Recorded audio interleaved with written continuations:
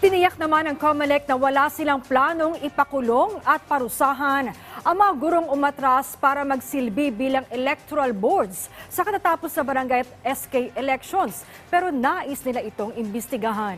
Yan ang ulat ni Luisa Erispe. Taliwas sa mga unang pahayag ng Commission on Elections, nilinaw ni Chairman George Erwin Garcia na hindi na nila kakasuhan o ipakukulong ang sinumang guro na tumangging magsilbi bilang electoral boards nitong nagdaang BSKE, pero iimbestigahan pa rin ang dahilan ng kanilang pag-atras. Kung tinakot man ang mga guro, hahabulin at kakasuhan ng komisyon ng mga salarin, lalo taabot sa 3,000 guro ang hindi tumuloy na magsilbing electoral boards. Wala tayong planong magpakulong ng kahit isang guro. Hindi po natin intention yan. Mga bayani po natin yan, hindi mo tinitreat na criminal ang mga bayani. Ang sinasabi lang po natin, at least lang po sa investigation, gusto natin makuha sa kanila. Tinakot ba sila? Eh sinong nanakot? Anong ginawang pananakot sa kanila? Babalikan namin yung mga taong yun. Hindi yung mga guro. Tinakot na nga, pinakulong mo pa. Hindi natin gagawin yun. Again, we will not file cases against teachers. Lalong-lalo na sa mga hindi nagsilbi at nag-withdraw prior to the election.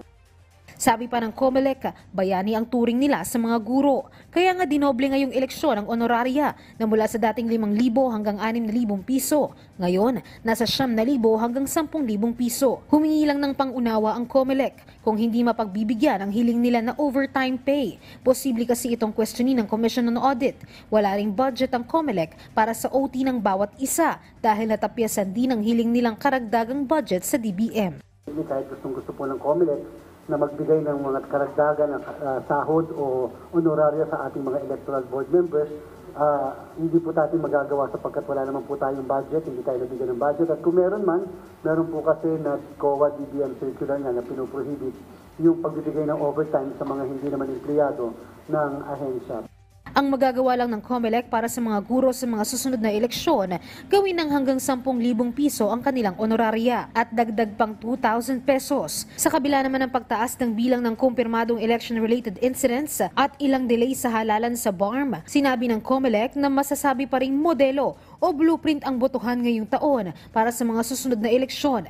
Mas mabilis kasi ang naging aksyon sa mga problema at walang naging failure of election. Tagumpay ang ating BSKE sapagkat nakapag-proclaim tayo sa pinakamabilis na panahon at nakapag-canvas tayo at nakapag-conduct tayo ng election sa pinakamabilis na panahon. Hindi ito blueprint para ituloy kung ganun pa rin kadami ang namamatay o ang may violence. Blueprint lang ito sa election management when it comes to how we deal with the problem, how we prepare for the activity. And therefore, kung nagawa namin sa BSKE, napakadali na namin gawin yung ibang halalan.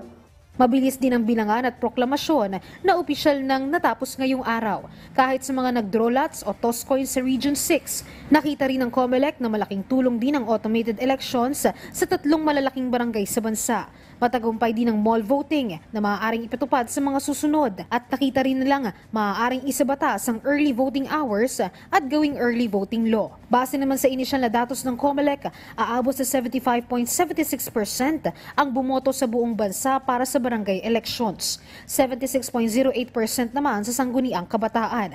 Di hamak na mas malaki kumpara sa nakaraang halalan. Patunay na matagumpay ang nakaraang BSKE. Luisa Erispe para sa Bayan.